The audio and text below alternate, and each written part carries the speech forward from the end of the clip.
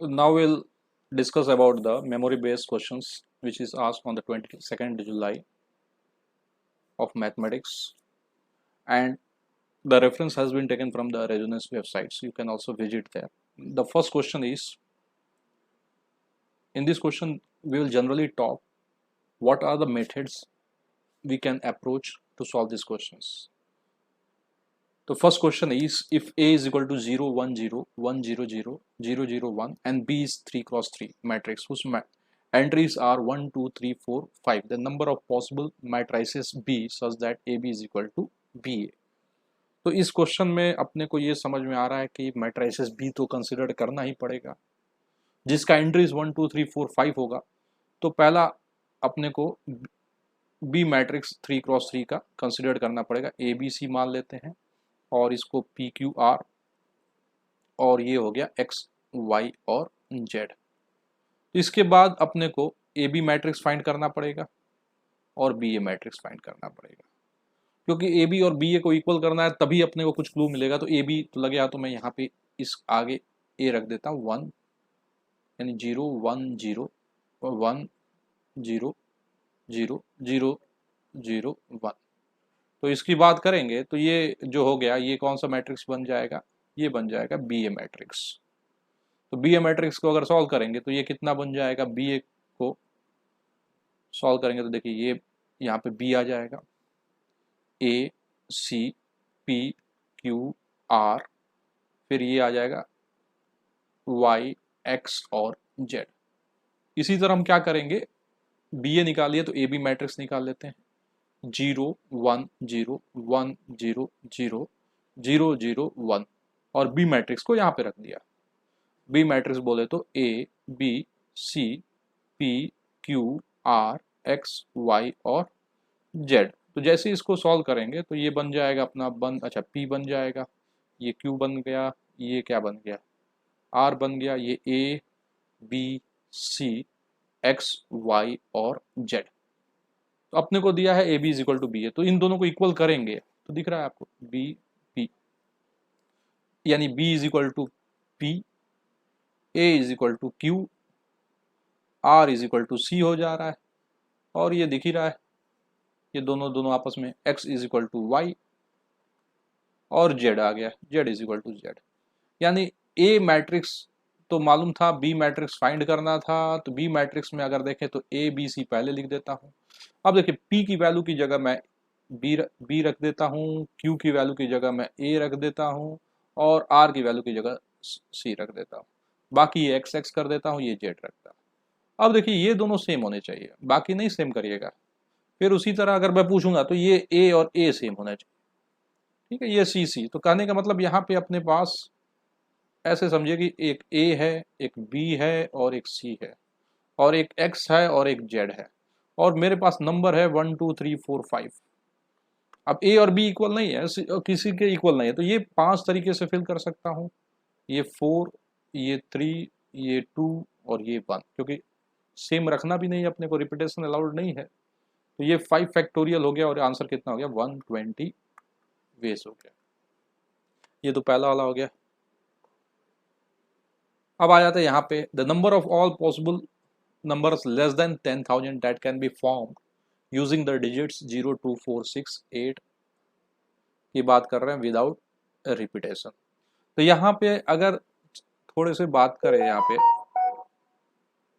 तो ये जो है 2, 4, 6 और 8 है। तो सबसे पहले हम क्या कर लेते हैं, नंबर को लिख लेते हैं। चलो 0, 2, 4, 6, 8 लिख लिए, अपने पास 5 डिजिट्स हो गए। अब 10,000 से कम करना है तो ये रख दिया 1, 0, 0, 0, 0। तो सबसे पहले करते हैं सिंगल डिजिट्स, फिर हम करते हैं 2 डिजिट्स के नंबर बनाते हैं, फिर क्या करते हैं 3 डिजिट्स के नंबर बनाते हैं, और फिर क्या करेंगे 4 डिजिट्स के नंबर बनाएंगे। तो सबसे पहला आ जाते हैं, ये कितने बनेंगे, तो ये जवाब मिलेगा 5 वेज। ये कितने, तो 0 यहाँ पे तो आ नहीं सकता, तो ये 4 इंटू 4 हो गया 16। फिर यहाँ पे पूछूंगा तो कहेंगे 4 इंटू 4 इंटू 3, कितने हो गए 48, फिर ये क्या हो गया 4 4 3 2 4 4 3 यानी 96। अब इन सबको ऐड कर दिया जाएगा तो कितने हो गए 12 और ये 20 25 2 13 15 16 165 20। तो ये हो गया आंसर सेकंड का। अब आते हैं question number 3। If a circle 36x² plus 36y² minus 108x plus 120y plus c is neither touches nor cuts the coordinate axis and point of intersection x minus 2y equal to 4, 2x minus y equal to 5 also lies inside the circle, then value of c lies e। तो सबसे पहले अपने को circle मालूम है तो question पहले समझते हैं। Neither touches nor cut the coordinate axis, तो हम एक कॉन्सेप्ट सीखे हैं f² minus c is less than 0 और एक सीखे हैं g² minus c is less than 0। एक एक्स एक्सिस को कभी भी इंटरसेक्ट नहीं करेगा, ना ही टच करेगा। दूसरा वाई एक्सिस को नाइदर टचेस नॉर इंटरसेक्ट। और एक और कॉन्सेप्ट जो है इसमें यूज कर रहे हैं x minus 2y minus 4 is equal to 0 और 2x minus y minus 5 is equal to 0। यानी इसका x कोऑर्डिनेट की बात करें तो 10 माइनस 4 अपॉन कितना बन गया -1 प्लस कितना हो गया 4। यानी कोऑर्डिनेट जो आ गया अपना ये 6 आ गया, 6 डिवाइड बाई 3 यानी पॉइंट कितना आ गया 2 आ गया। 2 को यहाँ प्लेस कर देते हैं तो 2 माइनस 2y माइनस 4 देखे तो -4 इज इक्वल टू क्या बन गया 0। तो 2y इज इक्वल टू कितना बन गया -2y इज इक्वल टू -1। यानी 2 कॉमा -1 जो होगा एक तो सर्कल के इनसाइड में लाई करेगा। अब देख लीजिए, अब अपने को आपकी मर्जी, आप क्या कर सकते हैं 36 से डिवाइड भी कर सकते हैं। कहेंगे सर्कल का इक्वेशन जो होता है थोड़ा सा अच्छा नहीं लग रहा है, ऐसे 126 से डिवाइड कर लो या 12 से डिवाइड कर लो, 10 divide by 3y plus c upon 36 is equal to 0। अब इसमें देखना है क्या क्या कॉन्सेप्ट यूज करेंगे, ये यूज करेंगे तो आंसर मैच होने वाला है। तो सबसे पहले बोलेंगे जो -2 कॉमा -1 है वो इसके इनसाइड में लाई करेगा। तो ऑब्वियस है जैसे -2 कॉमा -1 प्लेस करेंगे और उसको क्या कर देंगे लेस देन 0 कर देंगे। तो c यहाँ पे क्या है अननोन, एक तो यहां से c मिलेगा, दूसरा f² 2gx यानी यहाँ पे अगर देखें तो क्या लिखा जाएगा ये g की वैल्यू क्या हो जाएगा -3/2 का whole square minus c/36 less than 0 हो जाएगा।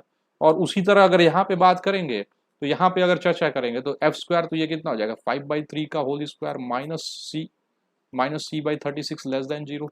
तो 1 2 और यहाँ से मिल गया पॉइंट प्लेस करने के बाद 3, ये तीनों को इंटरसेक्शन निकाल देंगे तो अपने को c की कंडीशन आ जाएगी। अब आते हैं क्वेश्चन नंबर 4 पे। If the line is tangent to both the curve x² minus y² is equal to 3 and y² is equal to alpha x, then the value of alpha is। तो अपने को तो अब थोड़ा सा चीजें याद रखेंगे। y² equal to alpha x पे जब हम तुरंत पढ़ते क्वेश्चन याद है y is equal to m x plus a by m होता था। तो a तो यहाँ पे अल्फा बाई 4 और ये m, और x² minus y² is equal to 3। अगर याद करें तो y इक्वल टू क्या हो जाता है mx प्लस माइनस क्या हो जाता है √a² m² माइनस b²।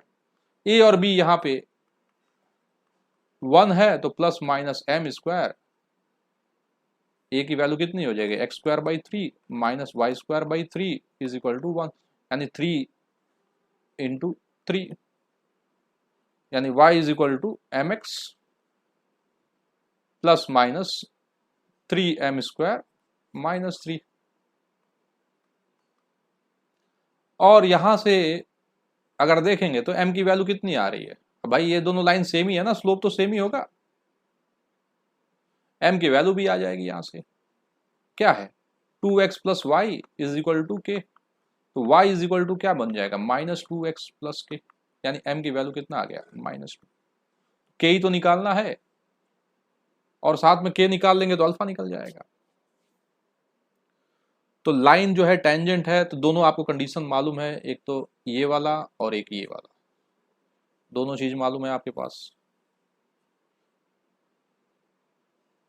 तो यहां से अल्फा एक अननोन दिख रहा है और फिर उसके बाद अल्फा यहाँ से क्या निकलेगा, आपको सी की वैल्यू निकलेगा और अल्फा बाई 4m को क्या करेंगे, यहाँ पे इक्वल कर देंगे, यानी y इज इक्वल टू क्या बन जाएगा, -2x प्लस माइनस कितना बन जाएगा 12, 12 माइनस 3, तो y is equal to -2x plus minus क्या बन जाएगा 3 बन जाएगा।